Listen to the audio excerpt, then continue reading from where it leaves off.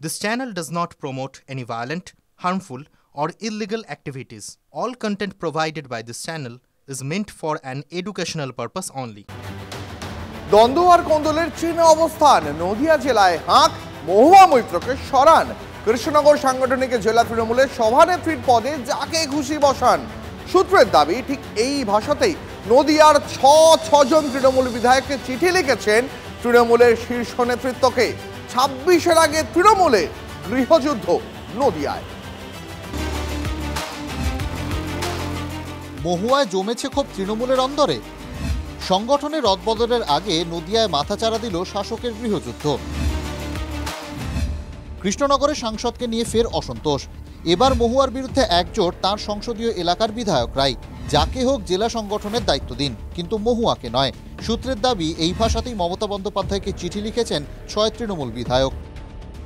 সূত্রের দাবি কৃষ্ণনগর সাংগঠনিক জেলা তৃণমূলের সভানেত্রীর পদ থেকে সরানোর দাবিতে লেখা চিঠিতে অভিযোগ করা হয়েছে প্রত্যেক বিধানসভা এলাকায় বিধায়ককে এড়িয়ে সমান্তরাল সংগঠন গড়ছেন মহুয়া মৈত্র, অথচ তাকে স্থানীয় সংগঠনের কাজে পাওয়া যায় না। মহুয়া দিল্লির কাজে ব্যস্ত থাকেন বেশি, তাই তার বদলে অন্য কাউকে জেলা সংগঠনের দায়িত্ব দেওয়া হোক। সেক্ষেত্রে যাকে এই দায়িত্বে বসানো হোক তাকে মেনে নিতে আপত্তি নেই বাকিদের। চিঠি এখন আর ক্যামাক স্ট্রিটে যাচ্ছে না, তাতেই বোঝা যাচ্ছে মমতা বন্দ্যোপাধ্যায় তার দলকে নিয়ে ভাইপোকে টাটা বাই বাই করতে চাইছেন। তিনি নিজেই বলছেন যে প্যাক আর কিছু করতে পারবে না, যা করার তিনিই করবেন। আমাদের বাইরে বসে হাততালি দেওয়া ছাড়া এখন আর কোনো উপায় নেই। সুতোটা ধরা আছে, সে পিসির হাতে কতটা টান আর ভাইপোর হাতে কতটা টান কি আছে এতে আমাদের লাভ কি? কর্তৃত্ব কে করবে? যার কর্তৃত্ব, তার ক্ষমতা, তার বেআইনি সম্পদ, তার দখলদারি। মহুয়া মৈত্র কৃষ্ণনগর লোকসভার দুবারের নির্বাচিত তৃণমূল সাংসদ। লোকসভার অন্দরে তার ঝাঁঝালো বক্তব্য রাজনৈতিক মহলে বহু চর্চিত। আবার উৎকোচের বিনিময়ে লোকসভায় আদানি সম্পর্কে প্রশ্ন করার অভিযোগে বিতর্কিত মহুয়া, যার জেরে গত বছর লোকসভার সাংসদ পদ খারিজ হয় তার। তবে বিতর্কের ঝড় উঠলেও আগাগোড়া মহুয়ার পাশেই থেকেছে তৃণমূল নেতৃত্ব। গত বছরই কৃষ্ণনগর সাংগঠনিক জেলার সভানেত্রী করা হয় তাকে।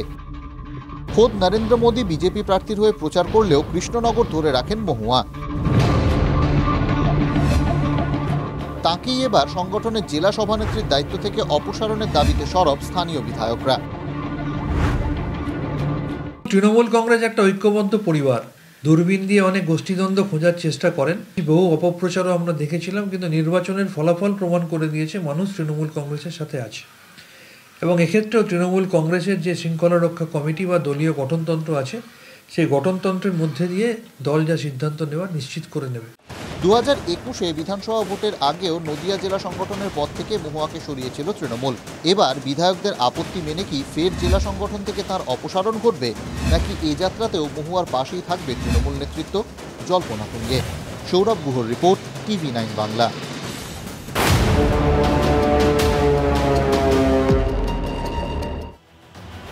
আচ্ছা, আমাদের প্রতিবেশী দেশ কি আস্তে আস্তে আফগানিস্তান হওয়ার পথে হাঁটছে? হিন্দুদের ওপর লাগাতার অত্যাচারের খবর তো আমরা পাচ্ছিলামই, তার মধ্যেই এবার বাংলাদেশে শুরু হয়ে গেল তালিবানি রাজ। পর্দা প্রথা চালু করার নির্দেশ দিল মৌলবাদীরা। মহিলাদের বাজারে যাওয়াও বন্ধ করে দেওয়া হলো। কট্টরপন্থীদের এরকমই একের পর এক ফতোয়ায় আরো মুখ পুড়ছে বাংলাদেশের। কাল থেকে এই মার্কেট এলাকায় কোনো মহিলা প্রবেশ করবে না। ইউনূস সরকার ক্ষমতায় আসার পর থেকে বাংলাদেশে ফনা তুলেছে মৌলবাদীরা। বকলমে তারাই সরকার চালাচ্ছে। এবার পেছন থেকে নয়, সরাসরি ময়দানে নামলো তারা।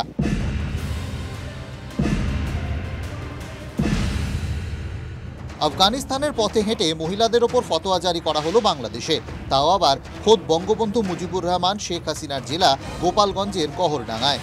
কি ফতোয়া জারি করেছে মৌলবাদীরা? মহিলারা দোকানে যেতে পারবেন না, বাজারে গেলে মহিলাদের ফিরিয়ে দিতে হবে, নামাজের সময় বেচা কেনা বন্ধ, দোকানে টাঙাতে হবে পর্দা। গোপালগঞ্জে মাইক নিয়ে এই প্রচার চালাচ্ছে কট্টরপন্থীরা। দোকানদার ভাইয়েরা, কারো কোনো মহিলার কাছে আগামীকাল থেকে কোনো কিছু বিক্রয় করব না, কোনো জীব জানোয়ার বিক্রি করব না। এর দৃষ্টি আকর্ষণ করা যাচ্ছে, আগামীকাল থেকে প্রত্যেক দোকানের সামনে পর্দার ব্যবস্থা রাখতে হবে এবং সেই পর্দা প্রত্যেক নামাজের সময় ঝুলিয়ে দিতে হবে।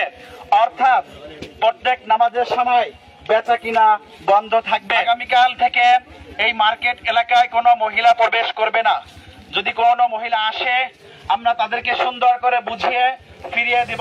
এই ফতোয়া আগামী দিনে পুরো বাংলাদেশে জারি হবে বলে হুঁশিয়ারি দেওয়া হয়েছে। বঙ্গবন্ধুর জেলায় এই ধরনের ফতোয়ায় ছিচিক্কার পড়ে গেছে। তালিবানি সরকার সংবিধান বদলে ওখানে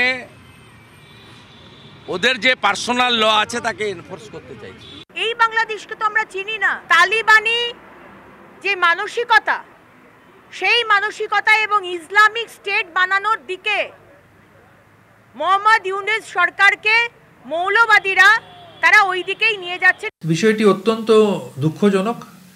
যেখানে সারা পৃথিবী বলছে নারী পুরুষ সমান সমান, যেখানে সারা পৃথিবী মহিলা সশক্তিকরণ, নারীদের অগ্রাধিকারের কথা বলছে, যেখানে আমাদের পার্শ্ববর্তী রাষ্ট্রে মহিলাদের বিরুদ্ধে এই ধরনের আচরণ দেখে নিশ্চিত করে খুব দুঃখ লাগছে। কট্টরপন্থীরা কিভাবে ঘোলা জলে মাছ ধরছে একটি ভিডিও তুলে ধরে সরব হয়েছেন লেখিকা তসলিমা নাসরিনও। তার দাবি, বাংলাদেশকে জিহাদি স্থানে পরিণত করার চেষ্টা করা হচ্ছে। এইসব ভাইরাল ভিডিও দেখার পর স্বাভাবিকভাবেই প্রশ্ন উঠছে, বাংলাদেশের পুলিশ প্রশাসনের ওপর ইউনূস সরকারের আদৌ কোনো নিয়ন্ত্রণ আছে তো? কেন্দ্রের কাছে জমা পড়া টপ সিক্রেট রিপোর্টে দাবি, বাংলাদেশ প্রশাসনের ওপর ছড়ি ঘোরাচ্ছে দুটি কট্টরপন্থী সংগঠন, জামাতে ইসলামী ও হরকাত উল জিহাদ। দুপক্ষই চাইছে এককভাবে ক্ষমতার রাশ হাতে নিতে। দুই সংগঠনের লড়াইয়ের কারণেই সংখ্যালঘুদের ওপর পরপর হামলা চলছে। দুই সংগঠনের কাছে সফট টার্গেট হিন্দুরা, যার আঁচ গিয়ে পড়েছে সুনামগঞ্জ, পঞ্চগড়ের মতো সংখ্যালঘু অধ্যুষিত এলাকায়। শতাধিক হিন্দু বাড়িতে ভাঙচুর, একের পর এক দোকানে আগুন লাগানো হয়। বাদ যায়নি সংখ্যালঘুদের ধর্মস্থানও।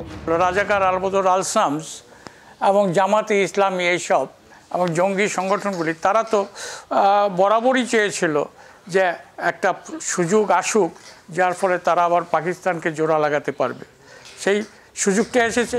24 ঘন্টা আগেই ফ্রান্সের প্রধানমন্ত্রীর গদি উল্টে গেছে। আস্থা ভোটে হেরে পদত্যাগ করেছেন ফ্রান্সের বামপন্থী প্রধানমন্ত্রী মাইকেল বার্নিয়ের। নানা বিষয়ে বিরোধীদের তোপের মুখে পড়তে হয় তাঁকে। অকাল ভোটে জিতে 3 মাস আগেই প্রধানমন্ত্রী হয়েছিলেন বার্নিয়ের। মোহাম্মদ ইউনূসের প্রিয় শহর প্যারিস। ফ্রান্সে যখন পালা বদল, তখন ইউনূস গদি টিকিয়ে রাখতে পারবেন তো? Bureau report, TV9 Bangla.